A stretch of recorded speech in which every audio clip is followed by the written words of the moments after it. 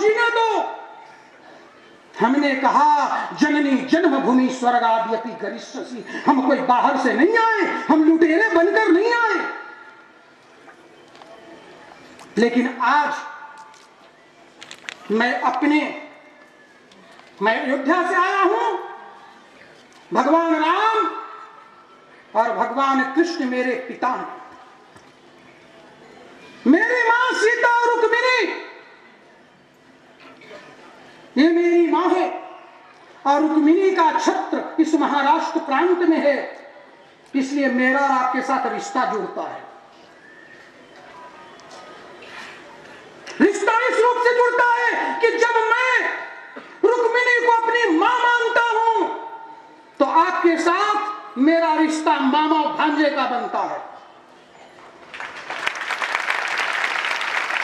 उस नाते, भांजा होने के नाते आज मामा से मैं सवाल करने आया हूं। मुझे जब पता चला कि मेरे इस आनंदी में एक घटना घटी तो मेरा दिल क्षीणित हो गया, क्योंकि जानते हैं आज कल हम लोगों का कुंभ का इलाहाबाद में शाही निकलता है। हम 4 महीना कल्पवास करते हैं, उसके बाद हम लोग स्नान करते हैं और अपने आश्रम की ओर प्रस्थान करते हैं। लेकिन आज इस दर्द की बेला में अपने मामा के पीछे खड़ा होने के लिए मुझे विवश होना पड़ा, और आज आपके चरणों में मैं हाजिर हूं।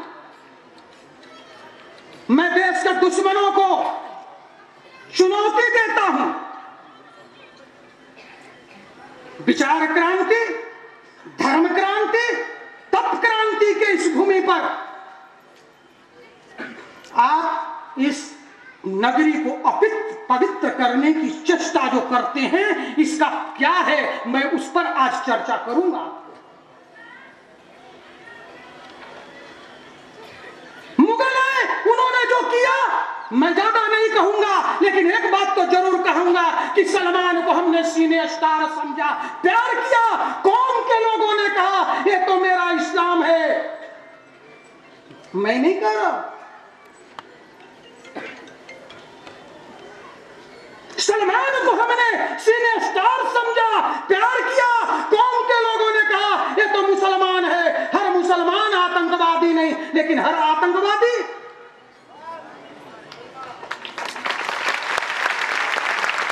फिर भी मैंने प्यार किया। जितने आए, हुंडे, सट्टे, मौर्य, मुगल, क्रिश्चियन, सबको हमने भाई बना के रखा, लेकिन सबने मेरे साथ वही किया जो उनके रग में है, गद्दारी। ये मैं थोड़े कह रहा हूं। संभाजी महाराज को क्या किया था? शिवाजी से दोस्ती करके पेट फाड़ने कौन आया था? ये मैं थोड़े कह रहा हूं। तब तो हमारे टुकड़ू जी ने कहा कंकड़ कंकड़ कंकड़ कंकड़ बम बनेगी, भक्त बनेगी सेना। मेरे भाई, मैं तो ज्यादा नहीं जानता, मैं तो अनपढ़ गवार हूं, लेकिन बाबा साहब भीमराव अंबेडकर ने कितने लड़ाई के बाद, हमारे पूर्वजों के बलिदान के बाद ये मातृभूमि आजाद हुई। और जब आजादी मिली तो मेरी मां के वक्षस्थल को बांटा गया।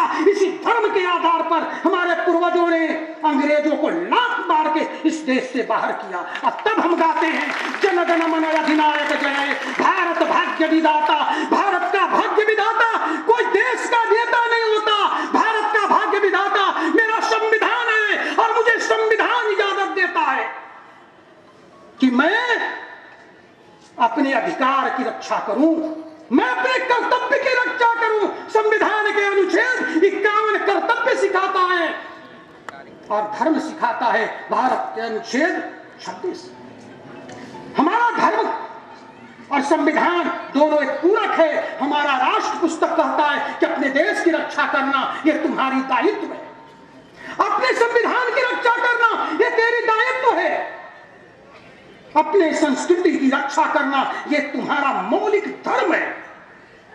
मैं पूछना चाहता हूं, बाबा साहब ने अशोका हॉल में अपने संविधान सभा में कहा था, यह महाभारत में धर्मांतरण नहीं होता, भारत में मत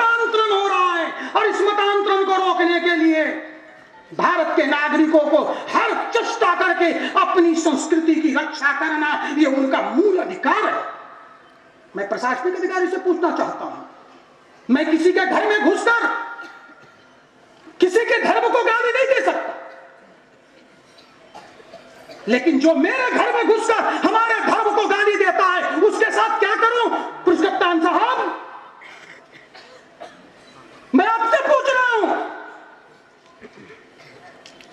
जो विठ्ठल नामदेव तुकाराम को गाली देता उनके साथ क्या करूं? कप्तान साहब, मेरे राम कृष्ण ज्ञानेश्वरी को गाली देने वाले के साथ मैं क्या करूं? कप्तान साहब, मेरे पास अनेक पुस्तकें बांटी गई है, उस पुस्तकों में क्या है कप्तान साहब? क्या आपकी इंटेलिजेंस काम नहीं करती है? नहीं करती तो भारत का अशोक स्तंभ आपके मस्तक पर है, हम सैल्यूट करते हैं और गाते हैं जनगण मन अधिनायक जय। कप्तान साहब, आज दर्द के साथ ये शांति के नगरी में अगर ये जुटे हैं तो इसका अर्थ आप समझ सकते हैं।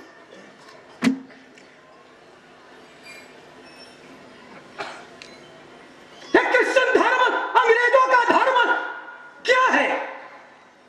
हमारे भगवान को तुम बंदर कहते हो। तेरा भगवान बंदर, तेरा भगवान पानी, तेरा भगवान हवा, तेरा भगवान आकाश। हाँ फास्टर, हमारा हवा, हमारा पानी, हमारा पत्थर, हमारी पेड़, हमारी नदियां सब चीख चीख कर कहती है कंकर कंकर शंकर है, और हर श्वास भगवान राम की स्वतवन है। और इसके बिना दुनिया नहीं चल सकती। हमको सेकुलरिज्म सिखाते हैं लोग। अरे जो चींटी को भी चीनी देता है, गाय को भी मां कहता है, पानी को भी गंगा कहता है, गंगा मां, गायत्री मां, गीता मां, वृक्ष को भी पेड़ में शरबत देने वाले लोग को, चींटी को चीनी खिलाने वाले लोग को जब सांप्रदायिक कह के बोलते हैं तो दर्द होता है हमें भी। हम जय श्री राम कहते हैं तो हम सांप्रदायिक, भारत माता की जय कहते हैं तो सांप्रदायिक, हम कृष्ण की बात करते हैं तो सांप्रदायिक, हम पेंसापीन की बात करते हैं तो सांप्रदायिक। आई देश तोड़ने के लिए धर्म को तोड़ने वाले तत्व आपके गांव में घुस घुस कर मेरे दलित वर्गों को धर्म छीनता है तो वो सेकुलर हो जाता है। कप्तान साहब, हमारे राम और कृष्ण को गाली देने वाला अरे वारकरी समाज सिर्फ विट्ठल विट्ठल से काम अब नहीं चलेगा महाराज। मामा, विट्ठल विट्ठल से काम अब नहीं चलेगा। शांति शांति की पढ़ाई करते करते तो तुमने अफगानिस्तान से लेकर तुर्किस्तान तक की सीमा को समेटकर अब तो कश्मीर तक आ गए। अब क्या महाराष्ट्र गंवाने की भी इच्छा है क्या? मैं नहीं कह रहा हूं बाबा, आंकड़े कह रहे हैं। 15 अगस्त 1947 में देश आजाद हुआ, 50 में संविधान लागू हुई, 52 में पहली की जनगणना हुई। 52 के जनगणना के अनुसार महाराष्ट्र में 98% यहां के मूल मेरे नागरिक थे। आज 19% क्रिश्चियन, 26% मुसलमान। तो हम कितने बचे मामा, ये तुम बताओ।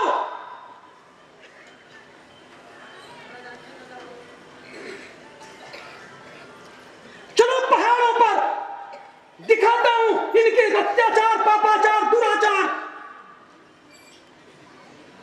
आज मेरे धर्म को गाली दी गई कप्तान साहब, तो भारत के संविधान के अनुच्छेद 19 वाक्य स्वतंत्रता के अधिकार खंड क, ग और घ के आलोक में अपनी अभिव्यक्ति रखने का मैं अधिकार रखता हूं। आइए महाराज, पधारिए। मामा, आपके क्षेत्र में जो पढ़ाई की जा रही है, मेरे पास उनके धर्म ग्रंथ हैं। मेरे पास हमारे भोले भाले गरीबों को लकड़ी का क्रॉस पानी में डालता है, कहता तेरा भगवान में कोई दम नहीं, तेरा भगवान मंगलसूत्र में आता है, मंगलसूत्र पानी में डालो, पानी मंगलसूत्र डूब गई। तो डूब गई तो कहता है तो भाई धातु है ना, सोना है ना, सोना के मंगलसूत्र, चांदी का मंगलसूत्र पानी में डूब गए। बोलता तेरे भगवान में कोई दम नहीं, देख मेरे भगवान में लकड़ी प्लास्टिक का क्रॉस पानी में डालता है, पानी में क्रॉस डूबता नहीं। बोला देख मेरे भगवान में कितनी ताकत। अरे मेरे भाई बेवकूफ उनको बनाते हो, अरे दम है तो हमारे ऐसे को बेवकूफ जरा बनाकर दिखाओ। चुनौती तेरे पोप को दिया था और तेरे पोप की चुनौती के बाद तुम्हारे पोप ने डर से अपना धर्म ग्रंथ बदल के नया नियम और प्रेम संदेश डाल दिया।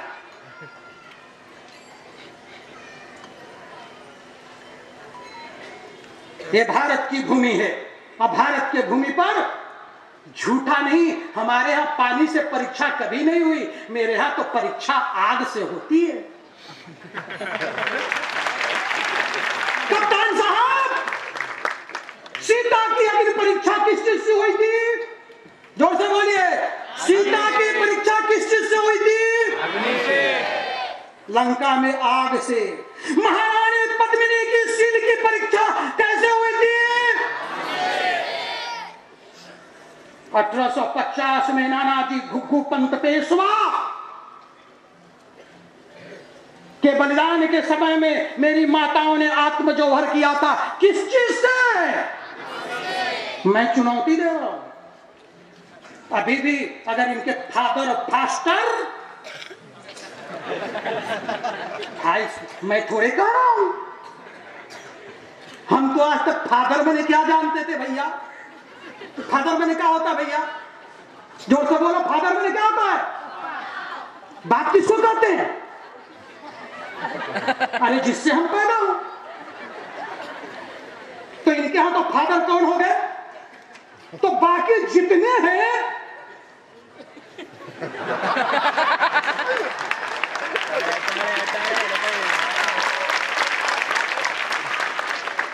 भाई, मैं नहीं कह रहा हूं बाबा, आप ताली क्यों पीट रहे हो मेरे भाई?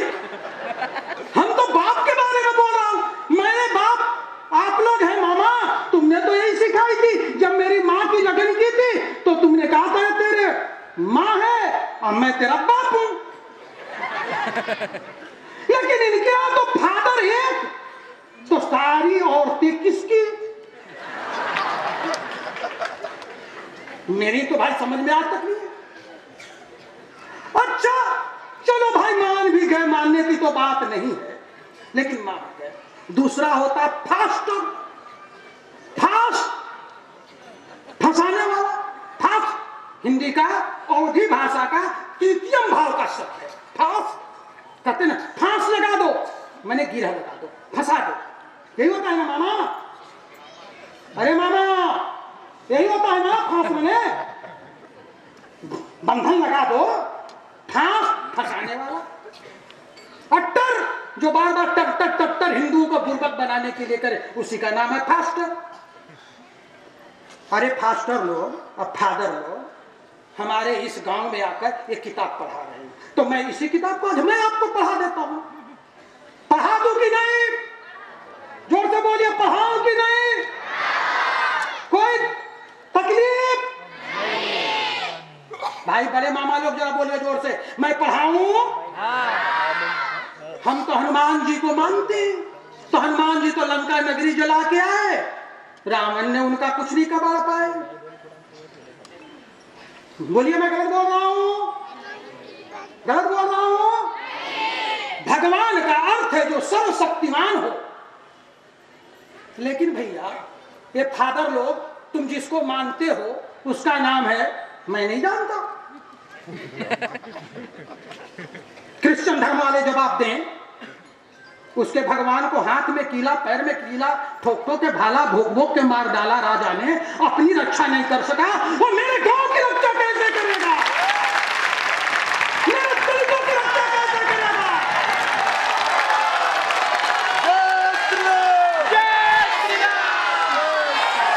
और अगर तब की बात है दीवार को चलाया, पीठ पर रोटी सिकवाई।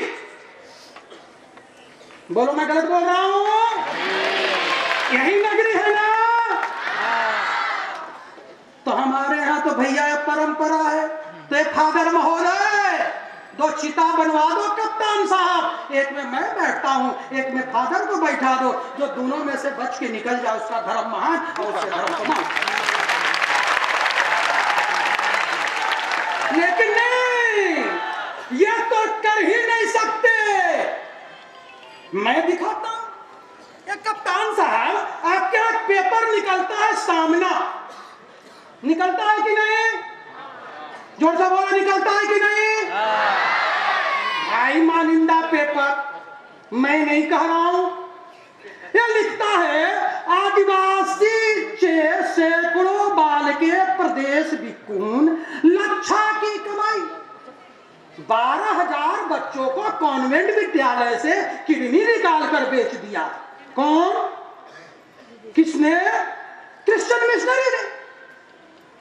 ये राष्ट्र का उद्धार कर रहा है कि पतन कर रहा है? सो बताइए, जोर से बोलिए। इतना ही नहीं, मैं और एक दिखाता हूं। अमेरिका से, मैं नहीं कह रहा हूं, नवभारत टाइम्स का रिपोर्ट है कप्तान महोदय, मैं पढ़ रहा हूं, नहीं हो तो जेरोक्स भी भेज दूंगा, देख लीजिएगा। अमेरिका के सैकड़ों कैथोलिक धर्मगुरु भारत आए, अच्छा उसमें से 13,000 आए और 13,000 को एड्स।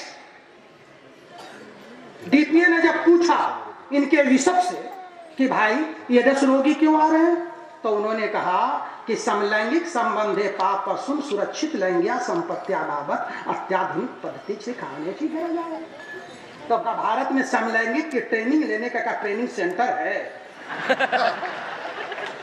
और इन फादरों को जहां पर ये पानी बांट बांट के कहते हैं कि यीशु मसीह का पानी पीने से तेरा कैंसर ठीक हो जाएगा, रोग ठीक हो जाएगा, तो अपने फादर को क्यों नहीं बचा लेते? मैं तो नहीं कर रहा हूं, मैं पेपर का हवाला दे रहा हूं। चलिए थोड़ा सा और आगे बढ़ते हैं जरा। बाइबल में पन्ना नंबर भी बता रहा हूं आपको, लिखा है कि अपने बेटी को बलात्कार करनी चाहिए। क्या हमारा हिंदू धर्म सिखाता है? बौद्ध धर्म सिखाता है? जैन धर्म सिखाता है? सिख धर्म सिखाता है? अगर धर्म ग्रंथ में ऐसी चीजें हैं तो कृपया मैं उन फादरों से पूछना चाहता हूं कि कृपया अपने इस धर्म ग्रंथ का अवलोकन करें। उत्पत्ति विषय में पढ़ रहा हूं। कोई एक आदमी खड़ा हो जाओ जी, मिला लो इसका पन्ना भी पुलिस अधिकारी को दे देना। जरा सा खड़ा हो जाओ कोई एक आदमी, मिलाओ। मैं गलत तो नहीं पढ़ रहा हूं भाई? ये किताब कौन सा है? शंका नहीं है? अब आइए जरा, मैं आप लोग को भाई आज बाइबल पढ़ा रहा हूं। इस प्रकार पृष्ठ संख्या 22 उत्पत्ति विषय अध्याय पृष्ठ 20 का कॉलम नंबर आदेश नंबर, क्योंकि इनका कहना है 4 किताब ऊपर से उतरी। फिर सुन लीजिए, लिखी उतरी। कहां से उतरी? भाई जब सोचिए, मैं नहीं कह रहा बाबा, ऊपर से उतरी। गॉड के यहां से उतरी। 4 किताब, इंजील, तौरेत, बाइबल और कुरान लिखी। फिर से बोलो, लिखी। तो जब अल्लाह के यहाँ से या भगवान के यहाँ से उतरी, इस पवित्र ग्रंथ को हृदय में धारण करते हुए मैं इस क्रिश्चियनों के इस पवित्र धर्म ग्रंथ को पढ़ रहा हूं। कृपया फादर फास्टर इसका जवाब हमको दे दे। भारत के भूमि पर बेटी की पूजा की जाती है या नहीं?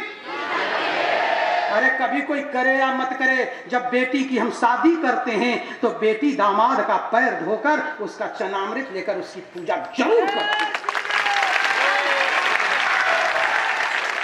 लेकिन यहां क्या कह रहा है, जब मैं पढ़ रहा हूं, चलो जिधर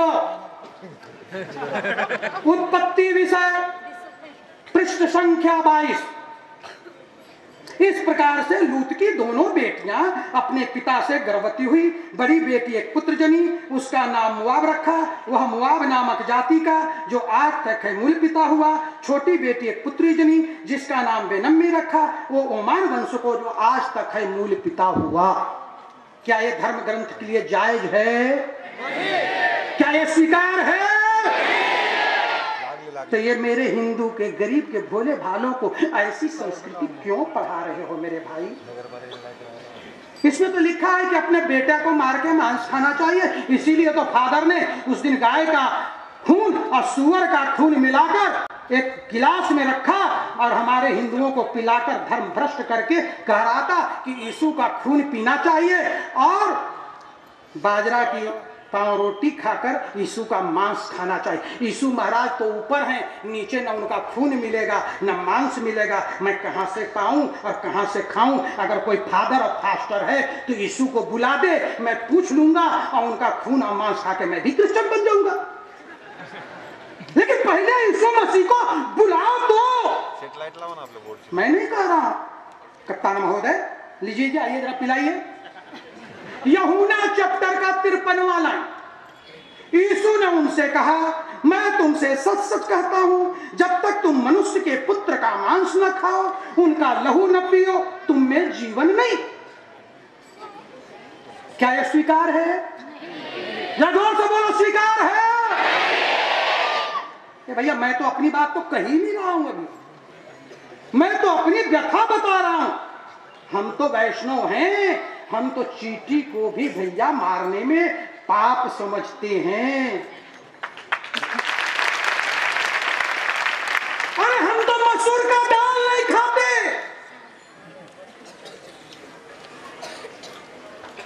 हम तो पत्थर को भी पूजा नमस्कार करते, नदी को भी प्रणाम करते। हम किसी का मांस और खून पीने की परिकल्पना कैसे कर सकते हैं? हम तो कहते हैं, क्या कहते हैं? ओम धौ शांति, अंतरिक्ष शांति, पृथ्वी शांति, राप शांति, रुखदय शांति। हम तो शांति की कल्पना करते हैं और तुम यहाँ खून और मांस का खिलाने की बात करते हो। क्या ये धर्म है? इतना ही नहीं भैया, इसमें और क्या लिखा है थोड़ा और बता दूं आपको। इसमें लिखा है कि जितने हिंदू का अर्थ है जो यीशु मसीह को न माने, ऐसे सभी पुरुषों को तलवार से मार डालना चाहिए। खाली कुंवारी कन्या को अपनी भोग के लिए रखना चाहिए। ये मैं नहीं कह रहा, लीजिए मैं पढ़ रहा हूं।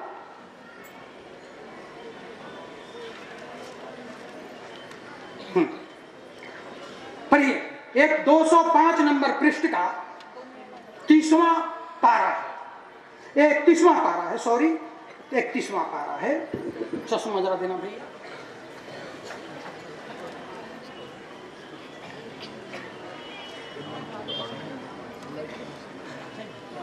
मुझे टीका करने का अधिकार नहीं है, भाष्य करने का अधिकार है कप्तान महोदय, इसलिए मैं भाष्य कर रहा हूं। क्या तुमने सब स्त्रियों को जीवित छोड़ दिया? देखो, विलास संपत्ति की पोर के विषय में इन लोगों ने तुम्हारे साथ विश्वासघात किया, इसीलिए सब बाल बच्चों में से हर एक लड़के को और जितनी स्त्रियों ने पुरुष का मुंह देखा हो उन सबको घात करो, परंतु जितनी लड़कियों ने पुरुष का मुंह न देखा हो उन सबको तुम अपने लिए जीवित रखो। क्या यह धर्म सिखाता है? हमारे देवी देवताओं के बारे में भी इसमें है, वो भी जरा सुन लो। मैं कैसे कहूं आपको, कहां से कहूं, कहां अंत करूं, मुझे खुद समझ में नहीं आता। सुन लीजिए, 237वां।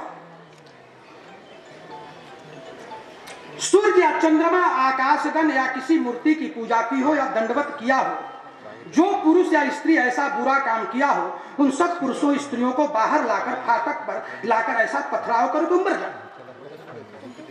इसीलिए ये सब क्रिया दुनिया के सबसे गंदा फिल्म जो होता है, मैं नाम नहीं ले सकता, इनके श्रेष्ठ गीत नामक चैप्टर में है। मैं ज्यादा न कहते हुए इतना ही कहना चाहता हूं, मामा ये देश को धर्मांतरण नहीं किया जा रहा है, ये देश को राष्ट्रांतरण की ओर ले जाया जा रहा है। गांव गांव में आपके नौनिहाल आने वाली अंग्रेजों के 4 शक्तियां हैं, धन शक्ति, बम शक्ति, पैसा शक्ति और एक है दोगलपन शक्ति। इसके आधार पर चलकर इस देश को लूटा जा रहा है। इस पैसे के बदौलत इस देश को धर्मांतरण किया जा रहा है, मतांतरण करके इस राष्ट्र को दुर्गति की ओर ले जाया जा रहा है। अब आप बताइए, उंगली जल जाएगी तो बैंडेज पट्टी कर लेंगे, हाथ जल जाएगी तो बैंडेज पट्टी कर लेंगे, लेकिन जिसका पूरा शरीर जल जाएगा उसका कौन सा बैंडेज पट्टी होगा मामा? कर लेंगे। हम अदर प्रांत को तो नहीं समझते, लेकिन महाराष्ट्र का प्रांत है, जहां का महाराष्ट्र की भूमि को पहले महाजोड़ राष्ट्र, पहले महान आत्माओं का निवास स्थान, अगर ये महाराष्ट्र न बचा तो ये देश नहीं बचेगा मामा। मेरे राम अयोध्या से जब वनवास के लिए चले थे तो इसी महाराष्ट्र के रामटेक में कसम खाई थी, निश्चरहीन करो मही भुज उठाए प्रण की, भुजा उठाकर कसम खाया था कि मैं इस क्षेत्र को निश्चर विहीन कर दूंगा। मामा, आज निशाचर रूपी देश के लुटेरे फास्टर और फादर पैसा के लोभ में विदेशी धन पर तुम्हारे देश की संस्कृति लूट रहे हैं। कभी कप्तान साहब किसी भारतीय बेटे को, कभी भारत के किसी हिंदू बेटे को भारत माता का जय के सिवाय भारत मुर्दाबाद कहते सुना आपने कप्तान साहब? कप्तान साहब कभी नहीं सुना होगा। लेकिन क्या कप्तान साहब ये देश गुलाम हो जाएगा तो क्या आपकी अशोक स्तंभ बच पाएगी?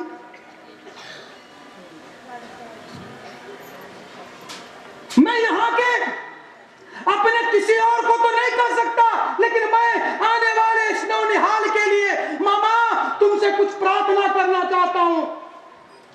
इस पवित्र नगरी को बचा लो मामा। अगर तुम नहीं बचा पाए तो भारत का सबसे बड़ा दुर्भाग्य होगा कि अगर पूर्वजों के कुर्बानी पर मिला हुआ तुम्हें आजादी लुट जाएगी मामा। तुम्हें वार करी कहते हैं। तुमने यहां से मुगलों को पीटते पीटते बंगाल तक पीटकर भगवान विष्णु की नगरी गया को बचाया था। तुमने काशी को बचाया, तुमने मथुरा को बचाया, तुमने अपने प्रदेश में अफजल खान ऐसे के पेट चीर कर दी, अपने महाराष्ट्र की रक्षा की, अपनी जान दी, भगवा झंडा नहीं उतरने दी। आज मामा ये तेरा भगवा, इस राज की सत्तासीन आज भगवा आतंकवाद हो गया।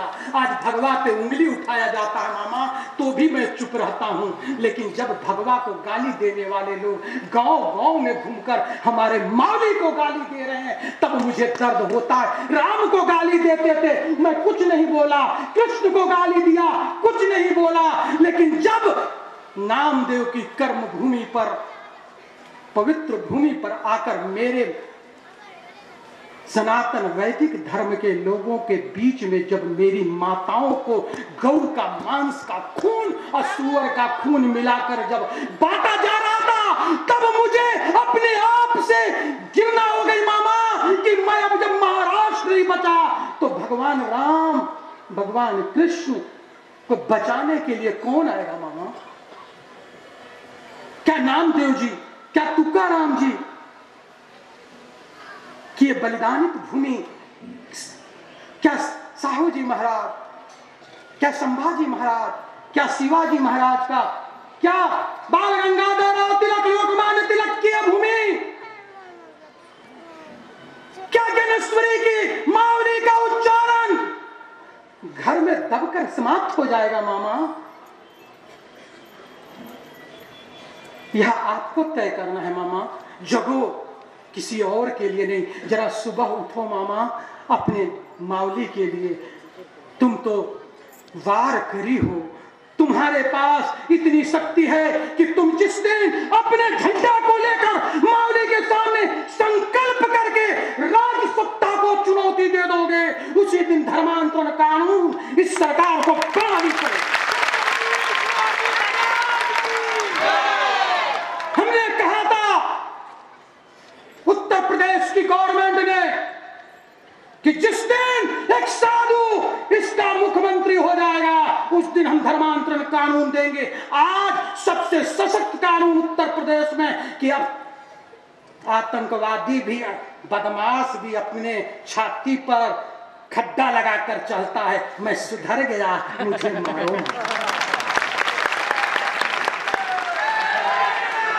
कप्तान महोदय, आपको संविधान की रक्षा करना यह आपकी भी जवाबदारी है और हमें मौलिक अधिकार में अपने संस्कृति, अपना संविधान की रक्षा करना ये मेरा मौलिक अधिकार है।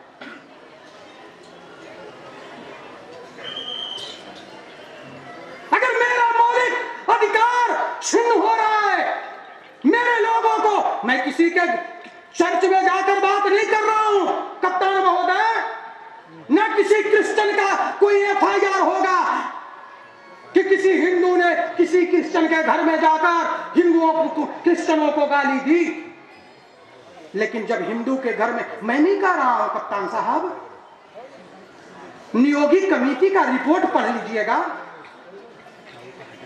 हमारे मातंग समाज के घर में घुसकर बेवकूफ बनाकर उनको गाय और सुअर का मांस और खून पिलाया जा रहा है। कप्तान महोदय, मैं कैसे चुप रहूं? मैं आपसे पूछना चाहता हूं, मैं क्या करूं? मैं शांति का वाहक हूं, मैं गांधी का उपासक हूं, रघुपति राघव राजा राम, पतित पावन सीताराम का गाने वाला हूं कप्तान महोदय। लेकिन मुझे दर्द है, मुझे दर्द है। ये विदेशी पैसे पर, एक सुन लो, एक हिंदू को क्रिश्चियन बनाने के लिए 1,80,000 रुपया आता है, उस फास्टर को 30,000 रुपया मिलता है। ये हमारे पास पैसा नहीं है तो आप मेरी संस्कृति छीन लोगे? क्यों भाई? महाराष्ट्र का भांजा हूँ, मेरी आवाज में इतनी दम है कि मैं अपने मामा तक अपनी आवाज पहुंचा सकता हूं।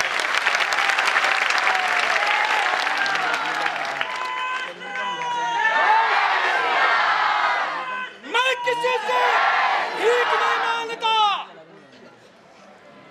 मेरा भाई, मेरे मामा, मैं यहाँ की सरकार से और कप्तान साहब से कहना चाहूंगा कि मेरा मौलिक अधिकार और मेरा कर्तव्य पर आंच आ रही है। कप्तान साहब, आपको भी भारत माँ के वक्षस्थल पर आपने भी अपनी माँ का स्तन का अमृत पिया होगा। कप्तान साहब, आपने भी खून और मांस नहीं खाई होगी। कप्तान साहब, साउंड आना उसमें साउंड। आज मेरे माँ को गाली दी जा रही है। कप्तान साहब, मैं कैसे चुप रहूं? आप खुद बताइए।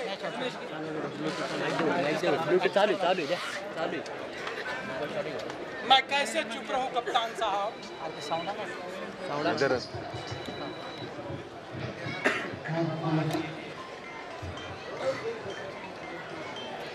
मैं कैसे चुप रहूं? हातातच घ्या, मैं कैसे चुप रहूं बताइए कप्तान साहब? मैं तो धर्म की रक्षा के लिए कसम खाई है, अपना जीवन समर्पित किया है ना कप्तान साहब। मैं अपने राष्ट्र को सत्यानाश होते कैसे देखूं कप्तान साहब? मैं बताइए आप ही कि भारत का संविधान कहता है, भारत का संविधान कहता है कप्तान साहब कि जोर जबरदस्ती, धन प्रलोभन से धर्मांतरण मंजूर नहीं है। ते गांव-गांव में ये फास्टर फादर कहां से आकर, पैसा कहां से आता, इसकी जांच करने की किसकी जरूरत है कप्तान साहब? क्या मेरा मौलिक अधिकार नहीं है कि मैं अपने धर्म की रक्षा करूं? कप्तान साहब, क्या मेरा मौलिक कर्तव्य नहीं है कि मैं अपनी संस्कृति की रक्षा करूं? आज एक क्रिश्चियन मिशनरी, एक तरफ आतंकवाद, एक तरफ नक्सलवाद, एक तरफ लव जिहाद, हमारी छोटी छोटी बालाओं को बहलाकर फुसलाकर उनको रंडी के बाजारों में बेचा जा रहा है कप्तान साहब। प्रेम तो मेरी रुक्मिनी ने की थी कप्तान साहब, मेरी माँ ने प्रेम की थी कप्तान साहब, मेरी माँ सीता ने की थी। लेकिन आज मेरे भोले भाले बालाओं को बहलाकर फुसलाकर 54 टुकड़े किए जा रहे हैं कप्तान साहब। इस देश में मेरी महिलाओं को शीलहरण के साथ टुकड़े टुकड़े करके जंगलों में फेंका जा रहा है कप्तान साहब। मैं कैसे चुप रहूं? मेरे बॉर्डर पर प्रत्येक दिन मेरे सेना के अधिकारियों की सीनाएं छलनी हो रही है कप्तान साहब। मेरी माँ अपने बेटों के अपनी अमृत पिलाकर माँ की अपनी रक्षा करने बॉर्डर पर भेजता है कप्तान साहब। कुछ सीमाओं पर आतंकवादी हमारे सेना के प्रहरियों को मार रहे हैं, जंगलों में नक्सलवादी मार रहे हैं, गांव में घरों में मेरी बेटी सुरक्षित नहीं। मेरे बाहर निकलो तो कहां बम विस्फोट हो उससे हमारा भाई सुरक्षित नहीं, और घर में जाऊं तो मेरा संस्कृति सुरक्षित नहीं। बताइए कप्तान साहब मैं कहां जाऊं?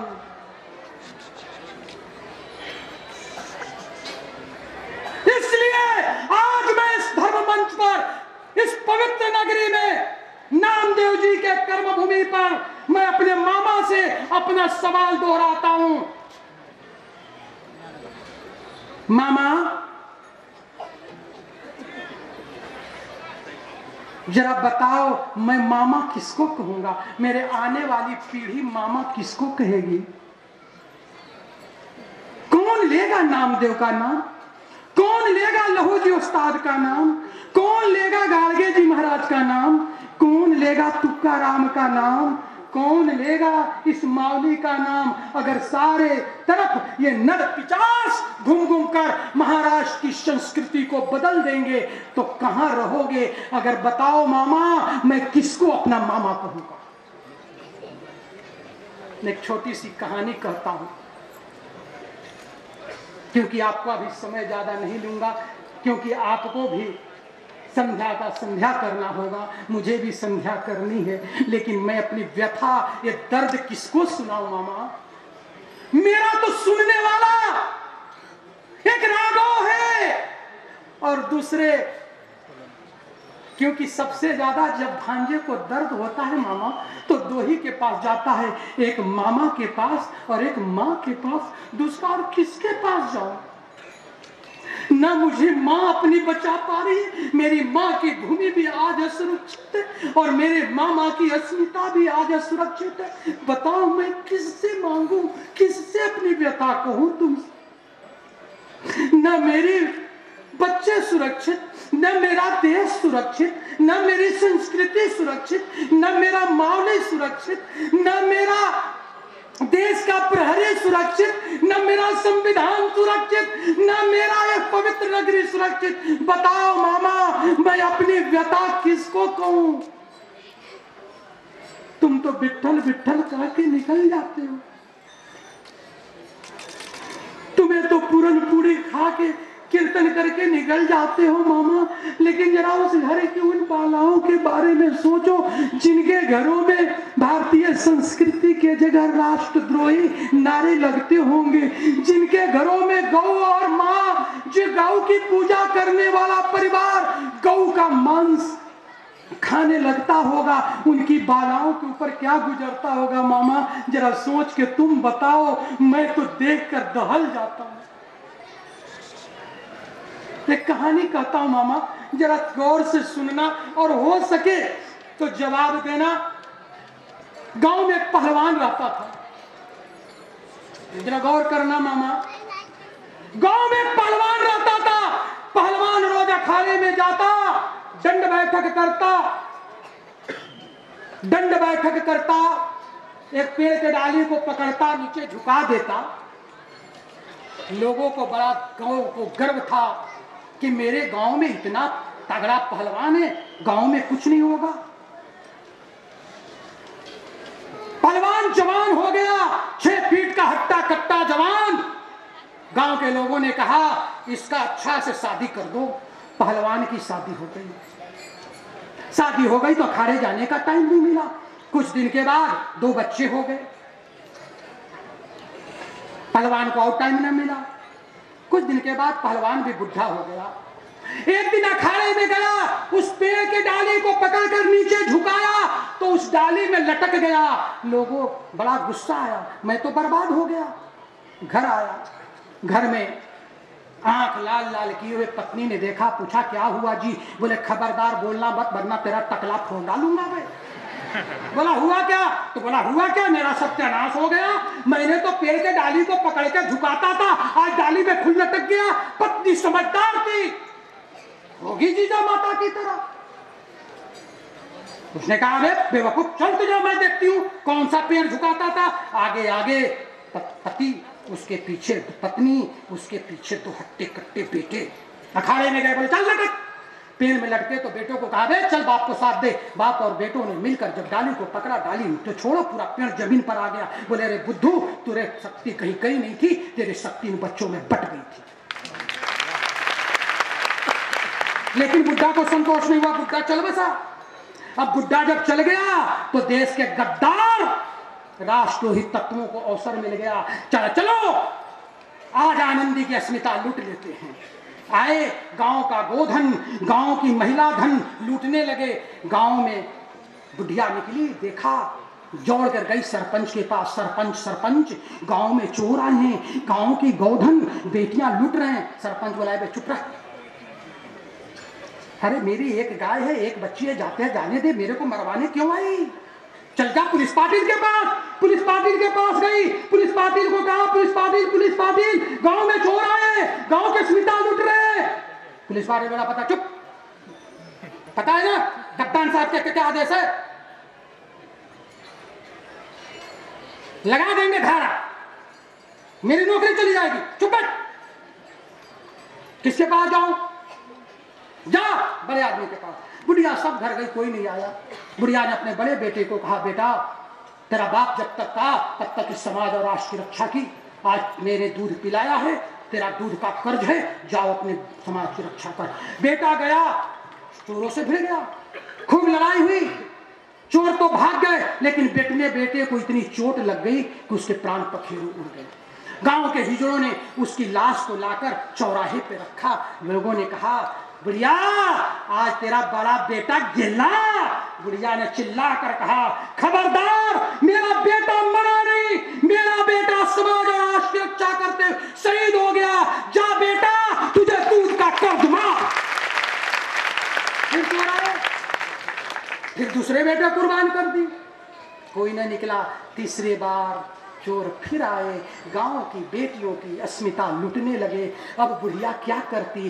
गांव के चौक के सामने गांव की इज्जत लूट रही थी। बुढ़िया आकर चौराहे पे छाती पीट पीट कर रोने लगी। लोगों ने कहा बुढ़िया, जब बड़ा पति मरा नहीं रोई, बड़ा बेटा मरा नहीं रोई, छोटा बेटा मरा नहीं, आज कौन सा बेटा मर गया?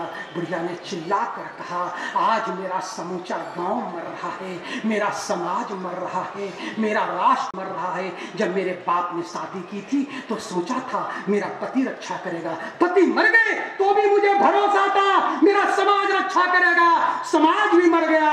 समाज के बाद मैंने सोचा था मेरा गांव रक्षा करेगा, आज तो पूरा समाज मर रहा है। मैं आपका भांजा होने के नाते अयोध्या की भूमि पे राम के मंदिर तो बन रहा है, लेकिन मैं हे मामा आपसे भीख मांगता हूँ, आप मुझे इस भांजे को एक भीख दीजिए कि बस आप इस आनंदी नगरी की अस्मिता को आप रक्षा करेंगे, आप अपनी माताओं की रक्षा करेंगे, आप अपनी बेटियों की रक्षा करेंगे, आप अपनी गौ की रक्षा करेंगे, आप अपनी इस ज्ञानेश्वरी की रक्षा करेंगे।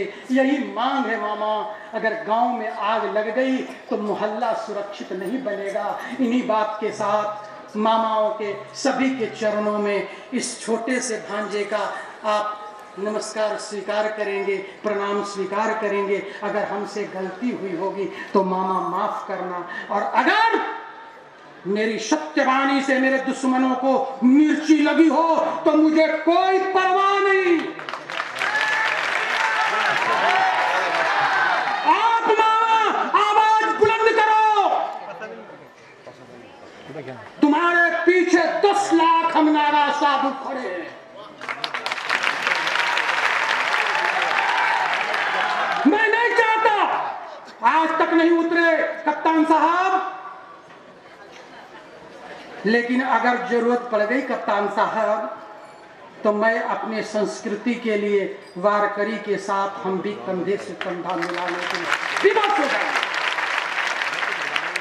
मैं कुछ नारा दे रहा हूं, आप मेरे साथ जरा बुलंद आवाज में, ऐसे मत करना, एक खूनी पंजा से मुझे बहुत डर लगता है। मुझे मुट्ठी बंद करके हमारे साथ 2-4 बार बोलिए, भारत माता की, भारत माता की। ये आवाज महाराष्ट्र की दहाड़ता संभाजी की तरह आवाज नहीं है, न नामदेव की तरह आवाज है। नामदेव ने यहाँ दहाड़ा तो अफगानिस्तान तुर्किस्तान तक आवाज गूंज गई। पूरी दुनिया नामदेव को नामदेव के नाम से जानता। तो आपकी ये आवाज उन दुश्मनों के जो 5,000 और 10,000 पर तुम्हारे संस्कृति को लूट रहे, ऐसे दुश्मनों के कानों तक और यहाँ की सरकार तक ये आवाज पहुंचे। भारत माता की, भारत माता की, नामदेव महाराज की, तुकाराम महाराज की, छत्रपति शिवाजी महाराज की, विजय माता की, भगवान रामचंद्र की, भगवान महावीर की, भगवान बुद्ध की, भगवान की, उस्ताद की। थक तो नहीं गए?